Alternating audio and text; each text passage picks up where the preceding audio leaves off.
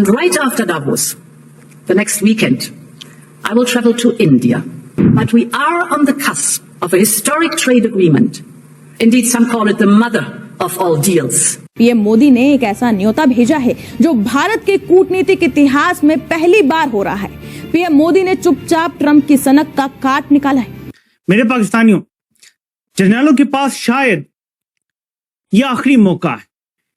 ये वो मोमेंट्स हैं कि जिसमें अगर दुरुस्त फैसले कर लिए गए तो शायद बचत हो जाएगी, वरना ये बहुत बुरा फंसने लगे। 22 जनवरी को यूरोपियन यूनियन भारत के साथ एक ऐतिहासिक फ्री ट्रेड एग्रीमेंट यानी कि FTA साइन कर रहा है। EU फ्री ट्रेड एग्रीमेंट की बात कर रहे हैं।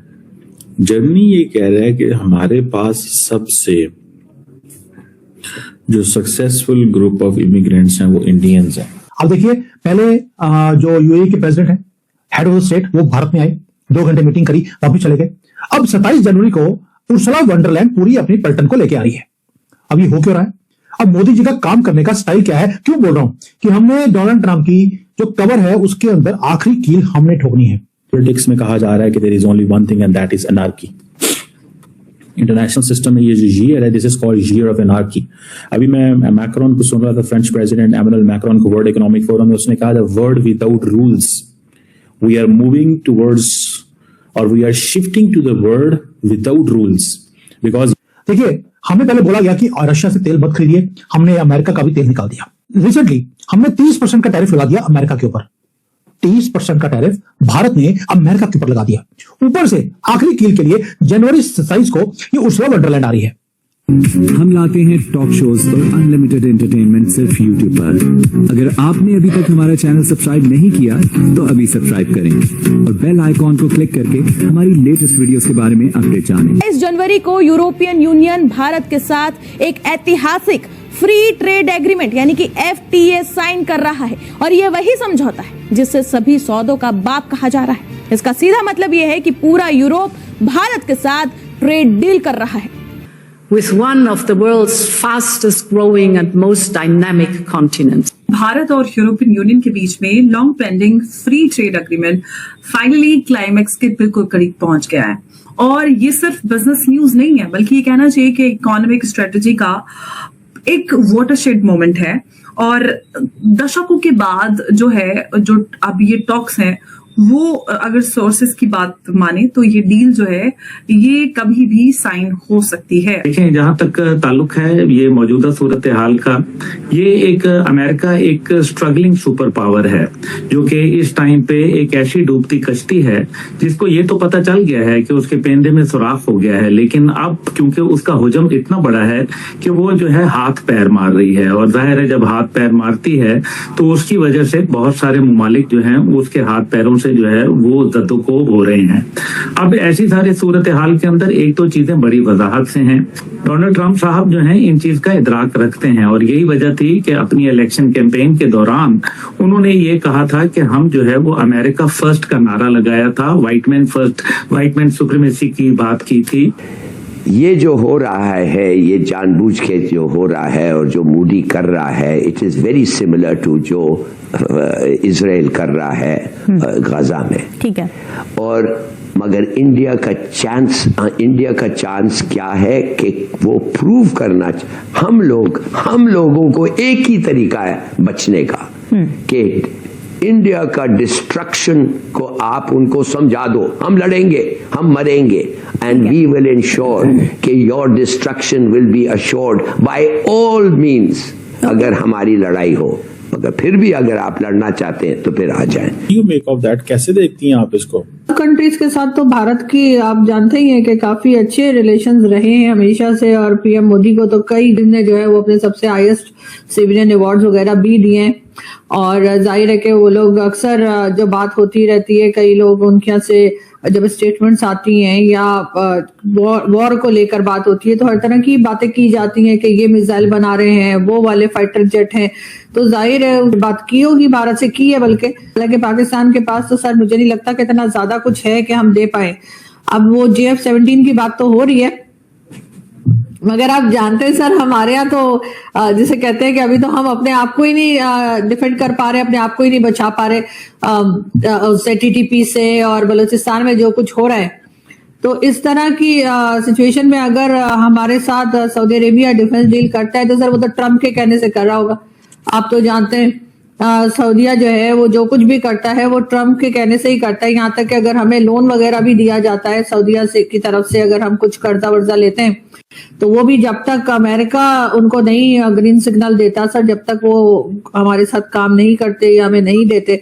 लेकिन अच्छी बात है सर। मतलब आप समझती हैं कि पाकिस्तान जो है वो एक आजाद मुख्तार खुद मुख्तार मुल्क नहीं है, तो पाकिस्तान सऊदी अरब के डिफेंस एग्रीमेंट को आप वैल्यू नहीं करती उस तरह जिस तरह आप समझती हैं कि इंडिया यूएई का डिफेंस एग्रीमेंट होगा?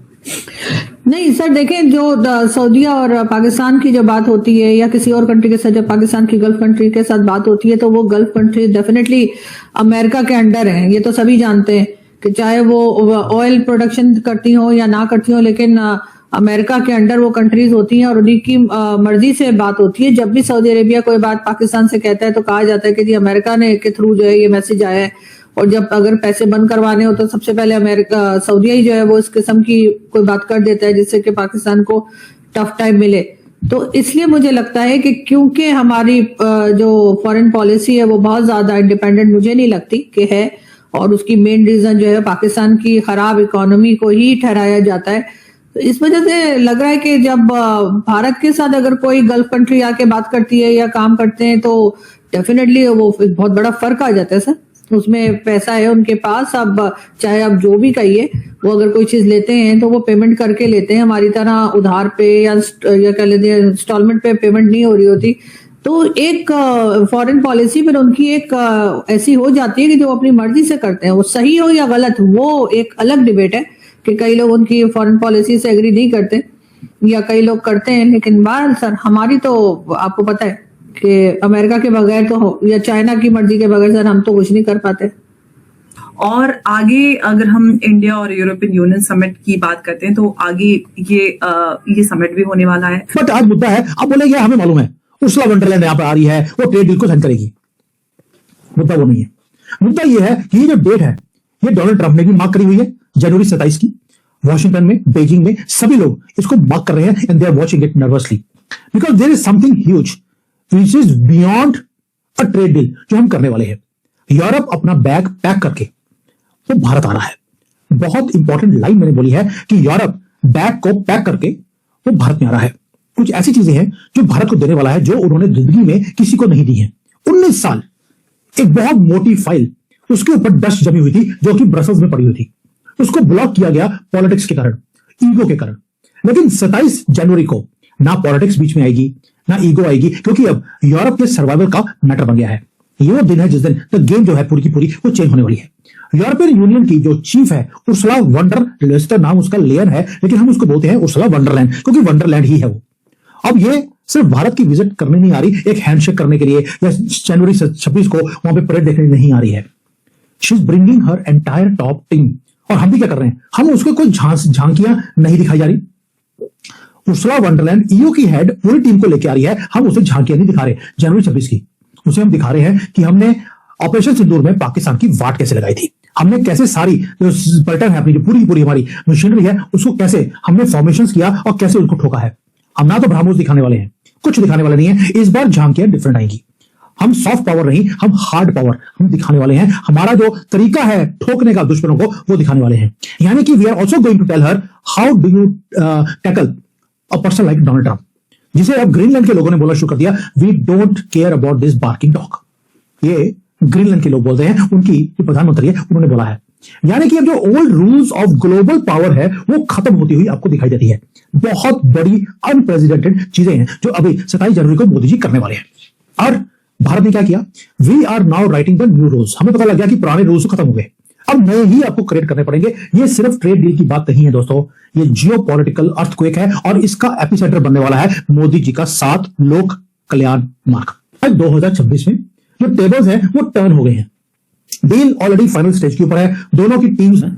मैं तो इस सारी चीज को देख के तो मैं तो परेशान हो गया हूं और मैं ये देख रहा हूं कि ये अगर ट्रम्प वो कह रहे हैं कि this is a world without rules की तरफ हम जा रहे हैं, तो किधर जाएंगे? मतलब ये अनार्की है। तो आपको ये वीडियो कैसा लगा कमेंट बॉक्स में जरूर लिखिए। इस वीडियो को लाइक कीजिए, शेयर कीजिए, सब्सक्राइब करना ना भूलिए आपके चैनल EFC को। मिलते हैं अगली वीडियो में। जय हिंद।